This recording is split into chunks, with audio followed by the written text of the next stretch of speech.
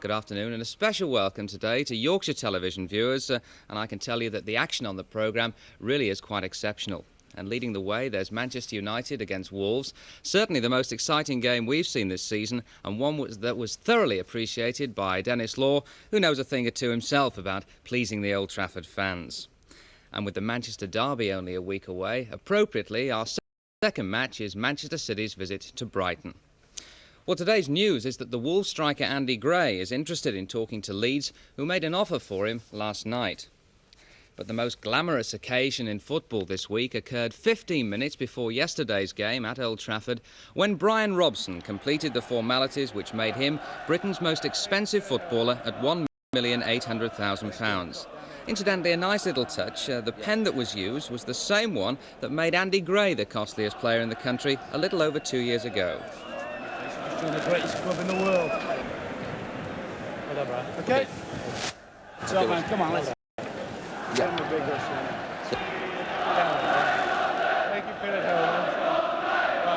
Well, after all that, Brian Robson took his seat in the stand alongside Ron Atkinson and Gordon McQueen and witnessed an exhilarating exhibition of football. Your commentator is Martin Tyler. So Andy Gray passes on to Brian Robson the burden of being the most expensive player in the domestic game. Gray, who was on Manchester United's list in the close season as a possible replacement for Joe Jordan. That job, though, went to Frank Stapleton, who takes into today's game the confidence of goals in each of his last 5 matches against Wolves.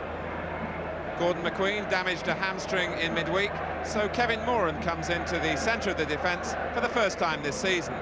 In midfield, the arrival of Remy Moses has introduced some steel, but it's in this department that the pressure for places is now intense. Someone will have to give way to Robson.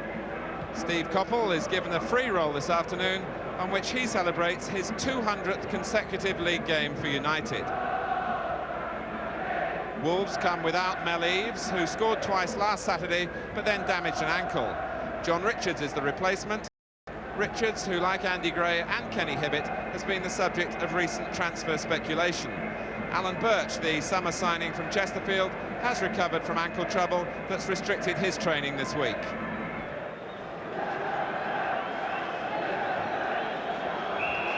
So it's Wolves who kick off against the Manchester United side that have gone 5 games now unbeaten.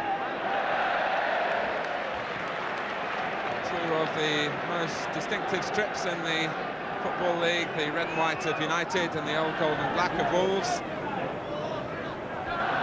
All cleared by Arthur Albiston. Today's referee, Ron Bridges from D-side, one of our FIFA officials.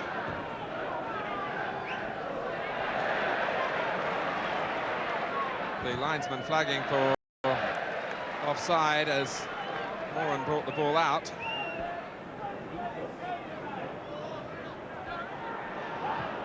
Wilkins, good vision to pick out McElroy, and here's Stapleton in a race with Bradshaw, and Frank Stapleton puts Manchester United in front in the 9th minute in a move that owed a great deal to Ray Wilkins.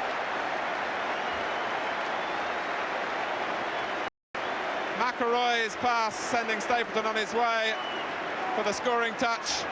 But beyond that, Wilkins had swept an instant ball forward that was at the real hub of the move.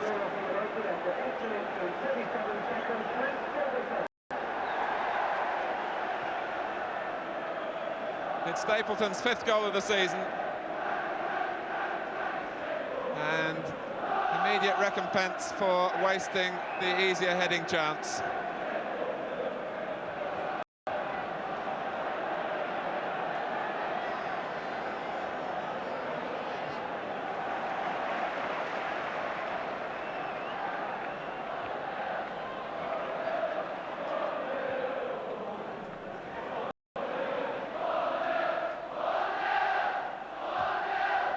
Forward from Gidman. Here's Parkin for Wolves.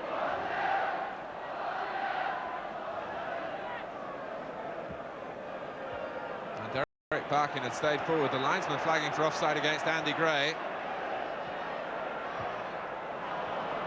Given Away by Wilkins, that time to Birch. Here's Peter Daniel.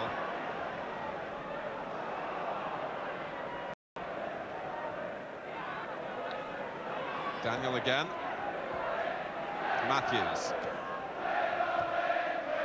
Knocked about confidently by Wolves, but Richards, in letting it bounce, found the ball skidding away from him.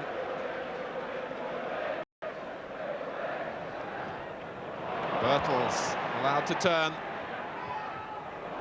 Gallagher getting in the way of Wilkins' attempt to thread it back to Birtles. And then presented here for McElroy again, who makes the most of it.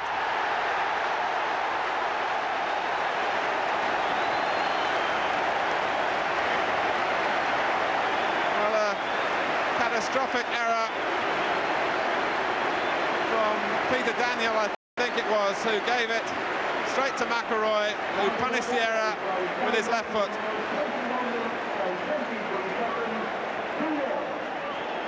It's McElroy's first goal of the season.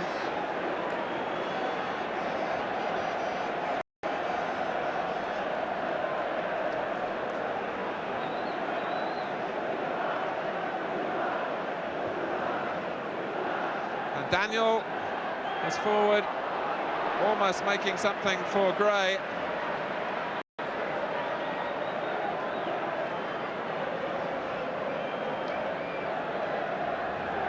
United just caught for a moment lacking in the concentration that they needed with the euphoria of 2 goals in the first 21 minutes. McElroy able to deal with Birch's corner. Here's Coppell on a run. Now Orbiston and Birtles in acres of space. Coppell and Palmer almost turning it back into Coppell's stride. And a move fully deserving of the applause. And Wolves on the rack at the moment. McElroy gets it back from Stapleton. Here's Birtles. And again, as an end product to the build-up. Birtles swivelling into the shot on his stronger left foot. And Sammy McElroy, at the moment, Wolves finding it impossible to contain him.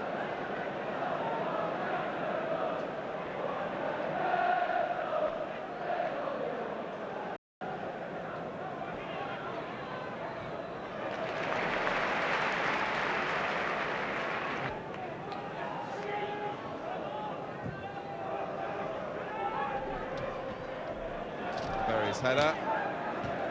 George Berry and Joe Gallagher really finding that their back four are left relatively unprotected from the challenges or lack of challenge from the Wolves midfield players. Coppell.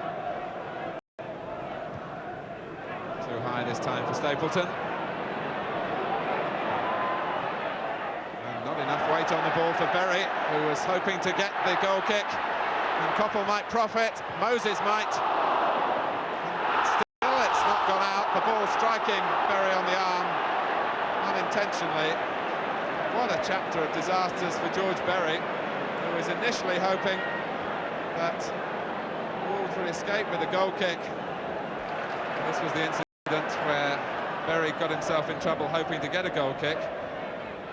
Remy Moses couldn't capitalise, and it finally struck Berry unintentionally on his right arm.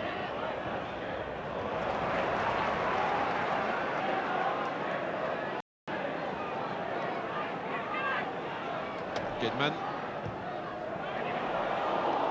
And McElroy! Fine work from Bradshaw.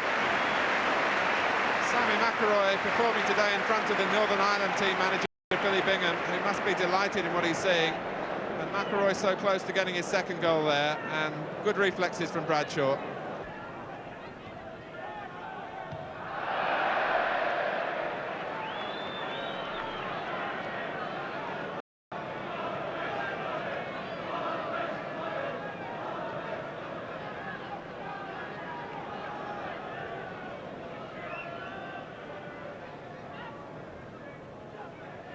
Here's Wilkins. And the uncertainty from Palmer this time. And he was trying to give a corner and didn't even accomplish that. This is Wilkins. And it's swerved away from Berry. And it's Moses with a deflection, and the overhead kick came from Stapleton. And Bradshaw, who was twisting this way and that, finally gratefully clasping the ball. The save simple enough when it came after the ball went around the penalty area like a pin table, and Bradshaw scrambling to his feet to deal with the effort from Stapleton.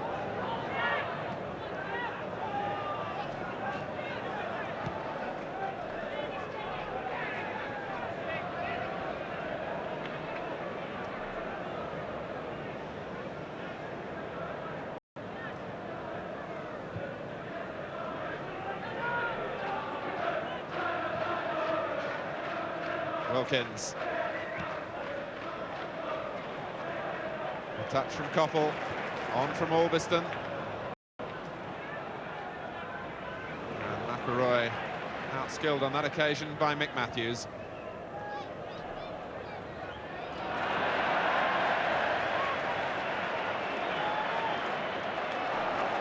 Coppell's flick.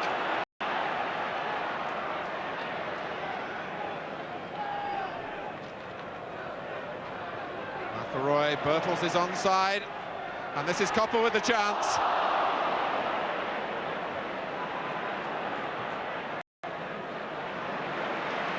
Steve Coppell won't thank me for reminding him that he's gone 29 league games without a goal, which was the same statistic that was hanging around Gary Birtles' neck when he broke his run.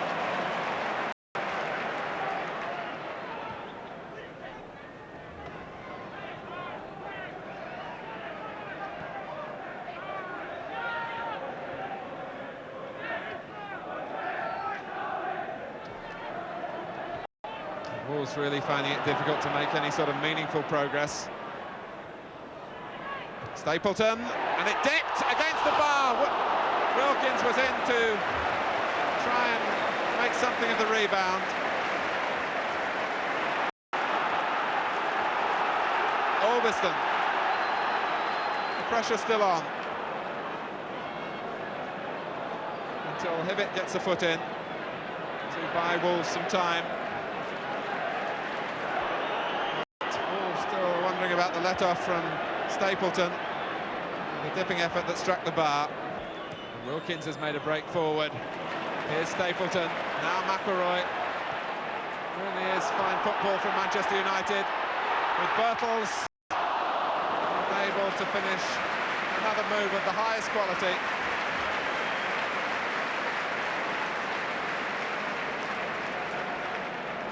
With two players, Ray Wilkins here and Sammy McElroy involved. Two players whose future at Old Trafford has been open to some question, but contributing to the build-up that ended with Birtles slicing the shot.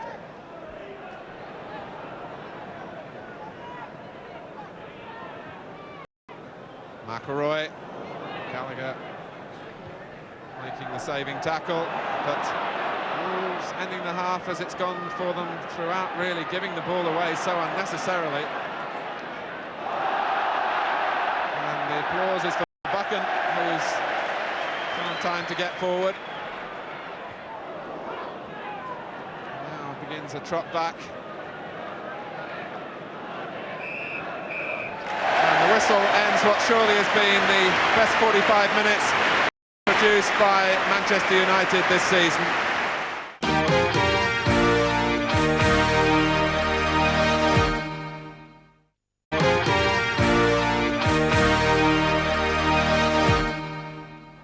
Wolves start the second half with their substitute on, the young Irish midfield player Hugh Atkinson, and it's Alan Birch, who was doubtful before the kick-off, who stayed in the dressing room.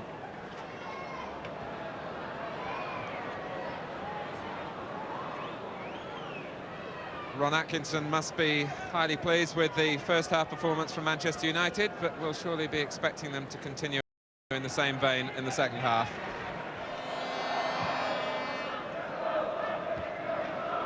And Coppell judged offside. Well, the linesman was flagging, and it may be that Mr. Bridges has overruled him. The flag stays up.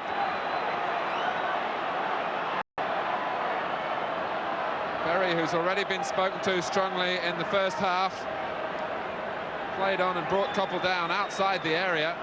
Still the linesman on the near side has his flag up. And Mr. Bridges, who is a referee who always enjoys playing the advantage, has not waved the flag away, so one must assume he hasn't seen it. Andy Gray is now gone over to make that point, and the referee shows that he is in charge, and the free kick will be taken by McElroy, who scores, and that will lead surely to protests from Wolves.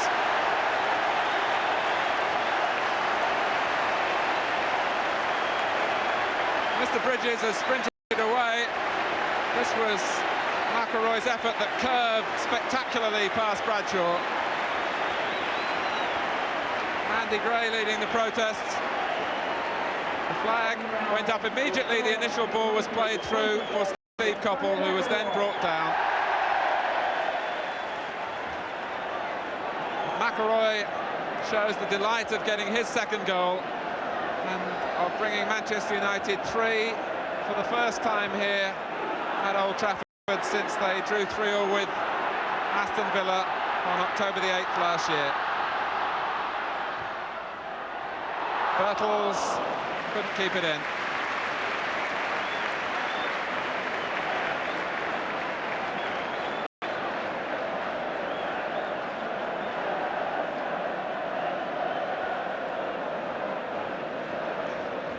McElroy's second goal coming on the hour. Gray. Comes for Richards.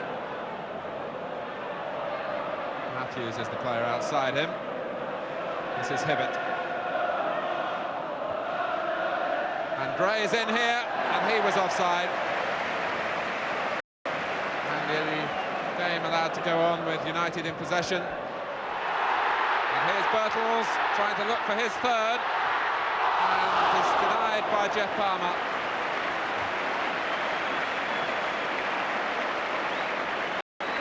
Koppel putting Birtles in the clear, but he was just forced wide, and Jeff Palmer got back to keep the shot out.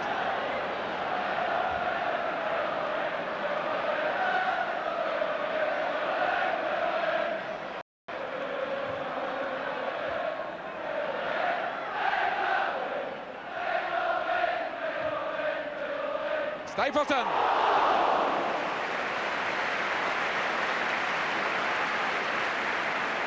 Well, it's time now to turn on the style. Comfort at that 3-goal lead, and Stapleton looking for the spectacular there.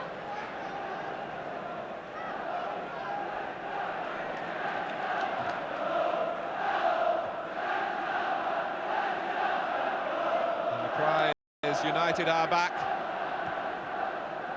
May of course be premature, but at least there is a feel now at the club that things perhaps are on the move again, triggered off by the charismatic personality of Ron Atkinson and his ability to bring expensive players here to Manchester United.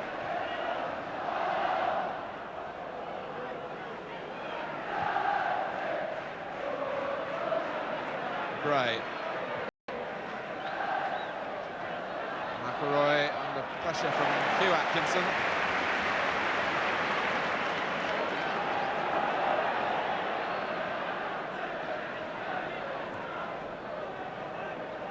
Little's just getting enough on the ball to help it on to Stapleton.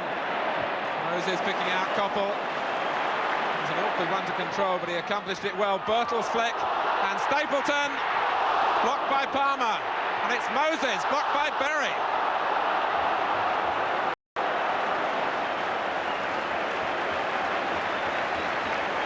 Well, Wolves hanging on a thread from going 4 goals behind.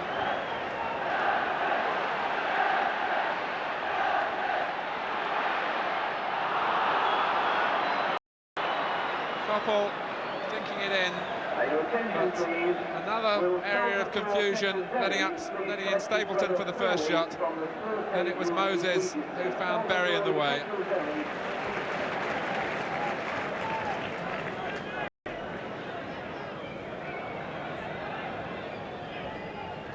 Buchan coming through the back of Gray, getting the ball cleanly. Albiston.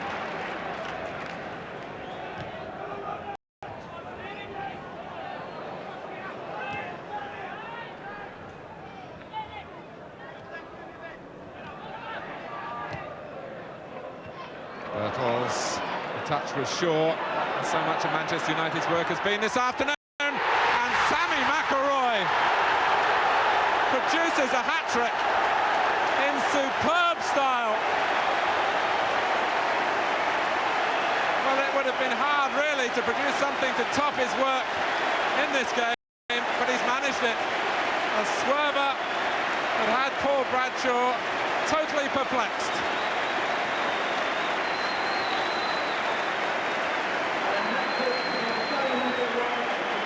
McIlroy wasting no chance and really belting it past Bradshaw.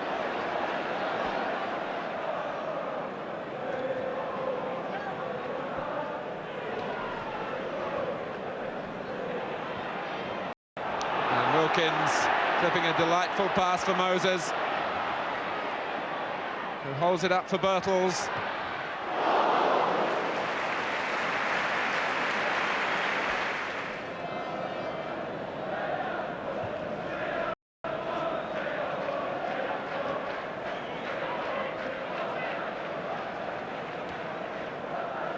Stapleton.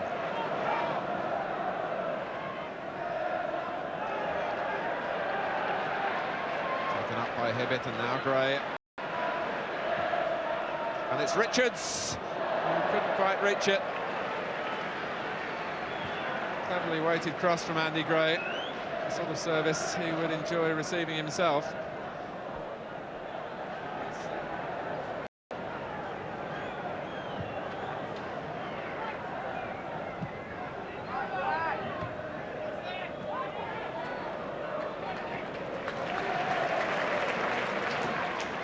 Albiston.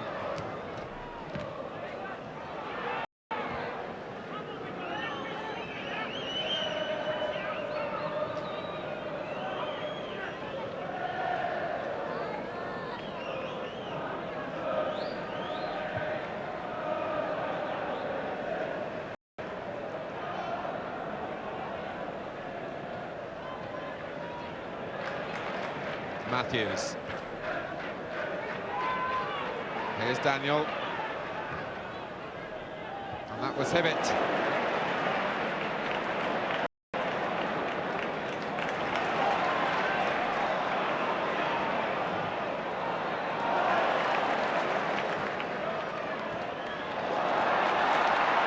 Stapleton. And Bertels. Magnificent goal.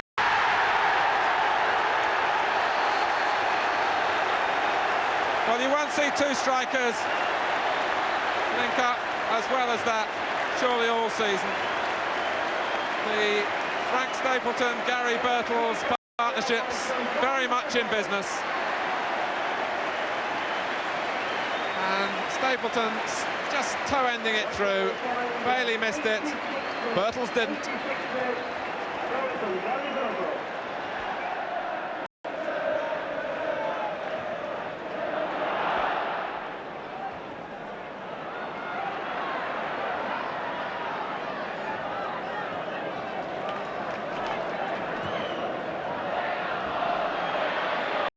This is Koppel.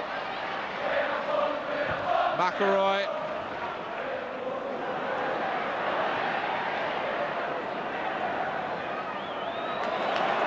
Moses. Now Koppel. And Bertels denied a second and applauds the save from Bradshaw. Just the thinnest of touches from Koppel's cross, The beleaguered Bradshaw hangs on.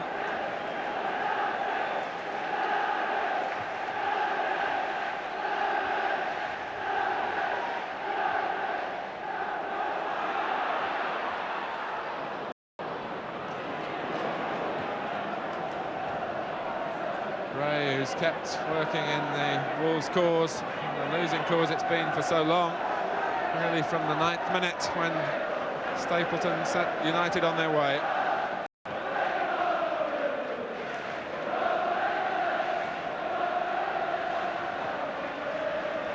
And Gray nearly making contact until Bailey snaked up the left arm.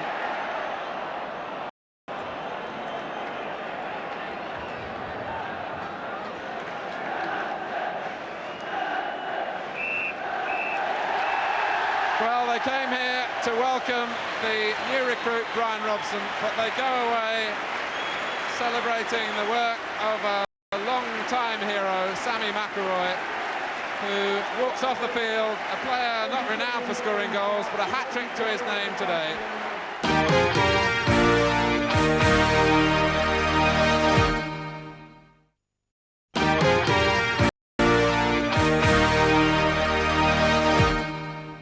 Ron Atkinson, the happiest man in football this weekend, and who can blame him? That great performance by United has lifted them up to 4th place in the table.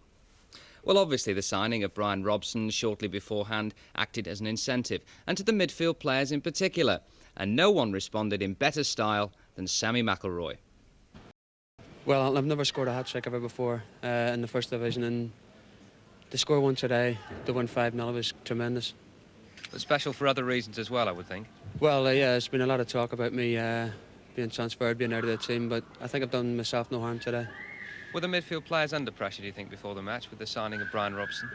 Well, you know, he bought a midfield player, and obviously one of the midfield players is going to have to go out, so I think all three today, well, I mean, he's just bought Remy Moses, who's done a great job, so it was either me or Ray who's going to go, and Ray battled well as, you know, as can be, and I thought the two of us did okay. It was very important for you, really, to play well, but to get a hat-trick was a bit of a bonus, wasn't it? Yeah, well, I mean, I dream about scoring hat-tricks, and that's as far as it goes. As I said, I've scored a few couples, but to get a hat-trick, well, it was just unbelievable. Tell us about the first goal. Well, we're going down the left, and the ball was through into the box. I think I'd headed out by Joe Gallagher straight to my left foot. Now, my left foot's not one of the best, you know, so I just got it on my foot, looked up, and I seen the far side of the goal. And I just put my head down and whacked it, and I seen it go in the corner. You know, that was a great start, so I thought this is maybe my day. Now, the second one was a beautifully taken free kick. A little bit of controversy about it too. There always is. I mean, there was the same against Coventry in the same position. John Goodman said to me, let me blast it. I said, well, I think I can curl this from here. And he said, no, let me blast it. So I said, no, John, leave it. I think I'll curl it. So anyway, left it, and I just went up and curled it, and I seen it go in the net, and the referee pointed to the penalty spot, and that's number 2. Now, the third one, you were telling me a moment ago, was the best. Yeah, well, the third one, it's always... I picked the ball up here, and I looked outside, there was nobody there, and I thought I'll turn and run at the boy Gallagher. So he just backing off, and I thought, well, I may as well hit it, and I just flew in. A great feeling. Yes, I think it would be a bit of an understatement to say that Brian Robson's arrival at Old Trafford has put speculation regarding Sammy McIlroy and Ray Wilkins. But on the performance yesterday, I think it's the other midfield players that will have problems, and Ron Atkinson will have a very difficult decision to make when he selects the side to play Spurs on Wednesday night. Ray Wilkins in particular was, to me, a revelation. I've never seen him play better for United. His contribution to the game contained the kind of things I've been looking for since he arrived at Old Trafford. Now, we all know that he is an accurate passer of the ball, and setting up this first goal, it was the passes forward rather than the normal square balls that he gives that I was very, very pleased about. And another thing that I noticed in the second half in particular was this aggression. Now, Wilkins is never really known for an aggressive player, but he showed it yesterday. He wins the first tackle. Now, the ball ran away from him, but he still goes in there for the second one. Again, he's been accused of playing too much football in his own half. Well, yesterday he was up many, many times in the penalty area. Played a 1-2 with Bertelsmann. Now this, he tries to play a 1-2 with Frank Stapleton. Doesn't come off. But Stapleton looks up, obviously sees the goalkeeper off the line, hits the shot. Now as it hits the bar, you could see Wilkins, and very unlucky, in the penalty area, and he could have had the second goal. But what about my old teammate, Sammy McIlroy? I thought he was magnificent. Apart from scoring the 3 glorious goals, his contribution to the team was magnificent. Wolves never ever got to grip with him. Acceleration down the wing, and unlucky there for Bertels to head into the side net. Now, he scored 3 goals, would we say, but he was always looking to finish. Now, Gidman's cross there, flicked by Bertels, and Sammy had a good shot, a good save by Bradshaw. Could have had 3 or 4 goals, really. But I think in the short term that Ron Atkinson obviously will have to play Brian Robson. But on the midfield players' performances yesterday, then it will be a very difficult decision.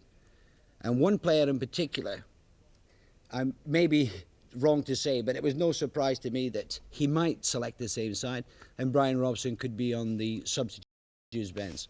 Well, as Dennis said, United goes to Spurs on Wednesday in the League Cup, and I think it's fair to say that's a meeting between the First Division's 2 informed teams of the moment. Whilst United were winning 5-0 yesterday, Spurs were beating Nottingham Forest 3-0. And we can show you the goals with Spurs in the white shirts. Clopton. Well, just nicking that away for our dealers. And played nicely away to ball there for Hazard. What good skill on the ground by young Mike Hazard. Crowd enjoyed it. His cross is a beauty now for Hoddle. Played it again there. Oh, and a beautiful goal by Falco. What a magnificent goal by Tottenham. Look at Hazard here. Jinking his way, lost it temporarily. Floated a lovely ball here for Hoddle. And what a touch there by Hoddle. And there's Falco coming in with another superb touch. 1-0.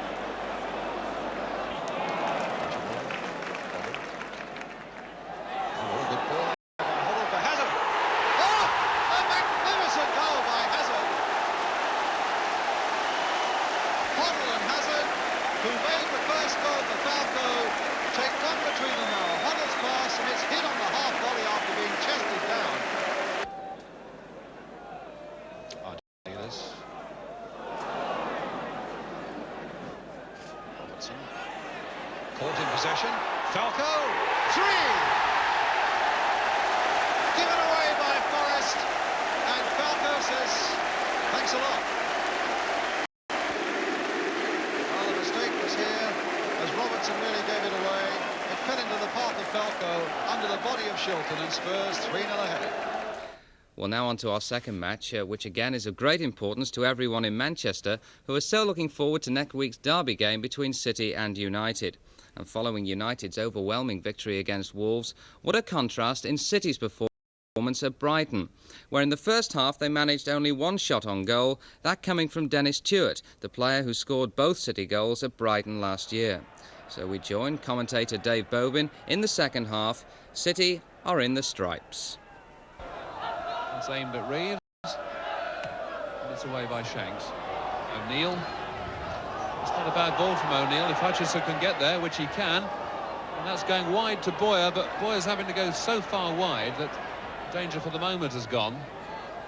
Ransom couldn't drive the return in either, so it's now Brighton's turn to break away. Mike Robinson to get away from the challenge of Caton. He read, and that surely was handball. Gary Stevens, the referee, although not clearly sighted, agreed. Clive White, absolutely drenched still, doesn't seem to have dried off much during half-time. Man from Harrow.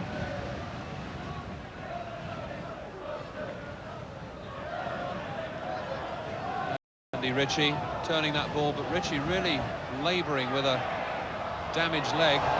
Quite clear when that happened, but Andy Ritchie for Brighton has got a few problems, quite clearly.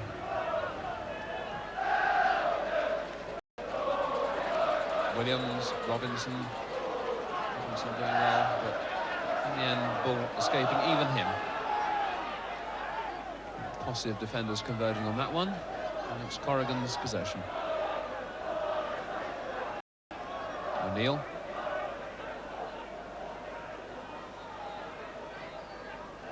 Kevin Reeves. Ranson on the overlap. They've ignored him so far. O'Neill. Reeves again. Back to goal, being driven wide, but finally getting the centre in. And headed away again. Foster leaving it for Mosley.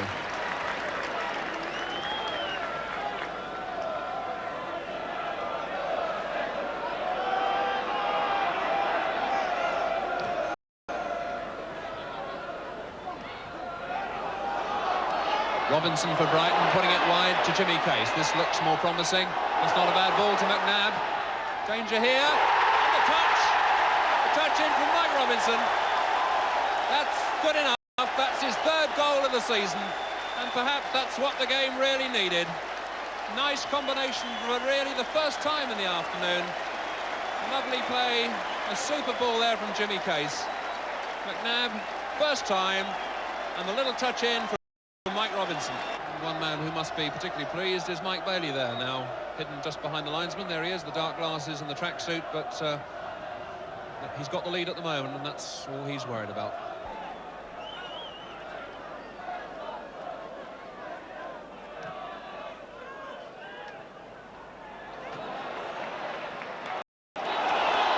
Now it's time for McNabb to bring it away. He's got Ritchie on that far side. This is Ritchie. Right foot. Oh, what a goal! What a sensational goal by Andy Ritchie. Absolutely out of the blue.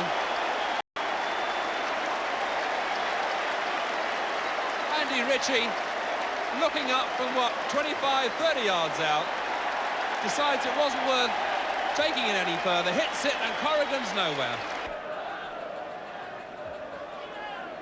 So the further the match goes, the more it seems to be slipping away from City. And a match which in the first half at times looked pretty dead is now coming to life in the best possible way for the Brighton fans. Two convincing goals, and you'd have to go a long way to see one better than that one from Andy Ritchie.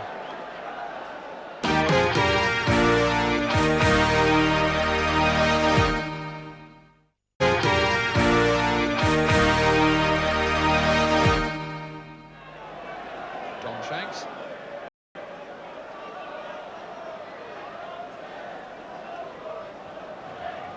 Shanks finding Case.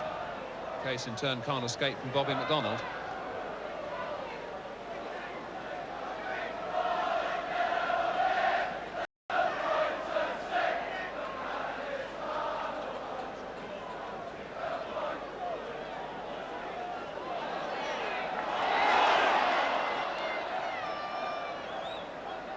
Boyer to O'Neill.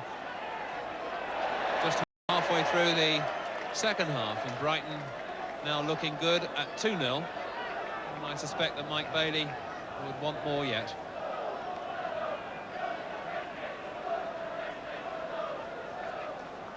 Conditions yet again proving very difficult indeed for the players. The rain, difficult to see sometimes in these pictures that we have now, but the rain really pouring down. And the wind blowing straight into the players' faces. Good stop by Mosley. Another important one. Graham Mosley hasn't made too many mistakes this afternoon. A man who's often blamed for costing his side goals, but he's done well today. Gordon Smith now showing nice touch in a difficult situation. Jimmy Case, again the rain absolutely hammering down. Smith. That'll do.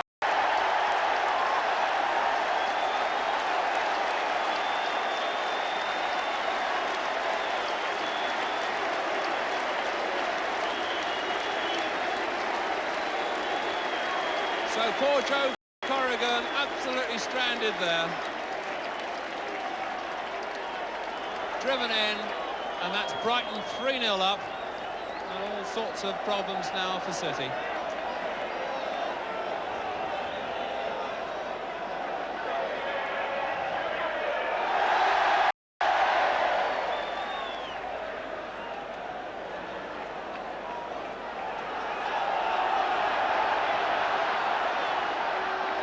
.68 minutes of the match gone, and it's now 3-0. really City suddenly gone to pieces in this second half. Steve Foster now driving everyone forward. The rain still lashing down. Our commentary box, the view is almost completely obscured. Tommy Hutchison now for City, trying desperately to win some time and some space for them. Bobby McDonnell.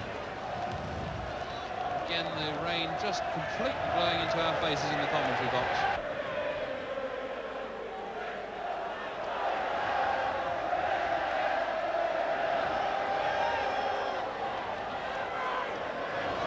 The crowd, they may be wet this afternoon, but they certainly look happy at the moment. 3 goals, really sending them home happy if the scoreline stays like this, with goals from Ritchie, Robinson and Williams.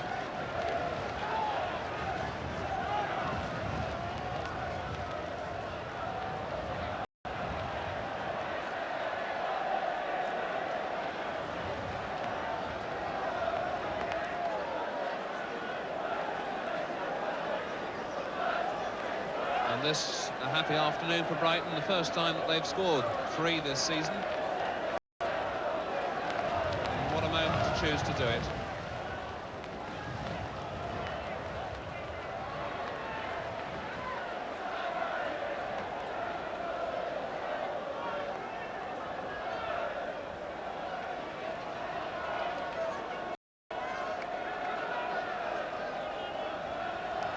Nicky Reid.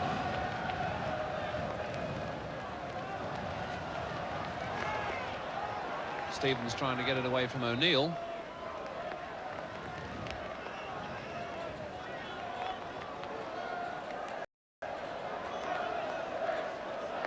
Boyer nudged in the back by Gatting, and Gatting bringing it away beautifully.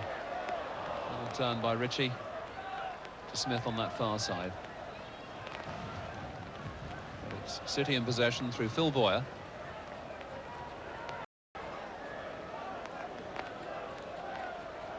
That's not a good ball from O'Neill. That really did sell him short, and Ritchie's away. He's clear. He's only got Corrigan to beat. Oh, and he's made it. Andy Ritchie's made it 4. Well, what an afternoon for the former Manchester United man.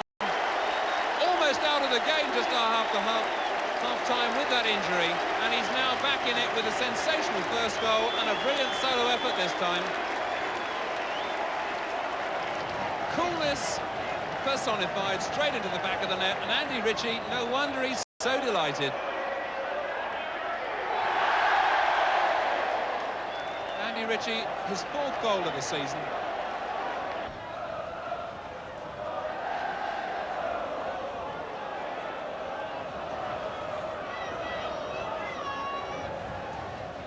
So slight pause in the proceedings and a chance for City to get their wits. 4-0 down. Brighton all over them at the moment. Robinson and Caton together. And Bond. Oh, and a terrible mess. And Ritchie nearly got his hat-trick there. Bond and Corrigan between them, nearly putting a hat-trick goal on the plate for Ritchie.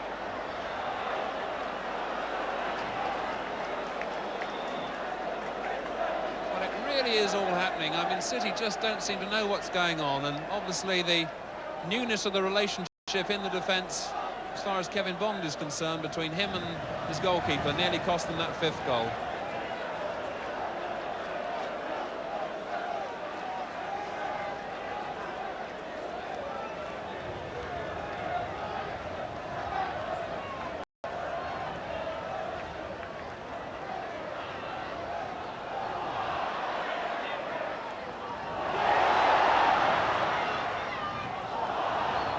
Pushed down by Bond on Stevens. Put Shanks under pressure. Shanks being chased all the way by Boyer. Well, there's no doubt that it's been a purple patch this for Brighton. 10 minutes in which they've hammered in 4 goals, and City, frankly, left absolutely reeling. It's a corner to City. They've got a chance to put some respectability back on the scoreline, perhaps. It's Tommy Hutchison to take it. Well, I've never seen such an extraordinary turnabout in a match like this. 0-0 at half-time, and suddenly 10 minutes, it's 4-0 to Brighton. A chance for Reeves. Kevin Reeves pulls one back. Not too much elation on his face. He realises it's probably too late, but Kevin Reeves at least will have been pleased to get on the scoreline.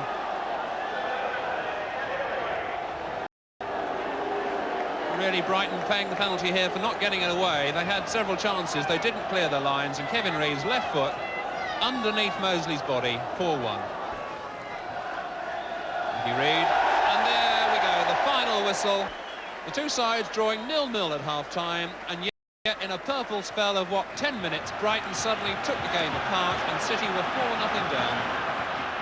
Yes, and the final news today also affects Manchester City.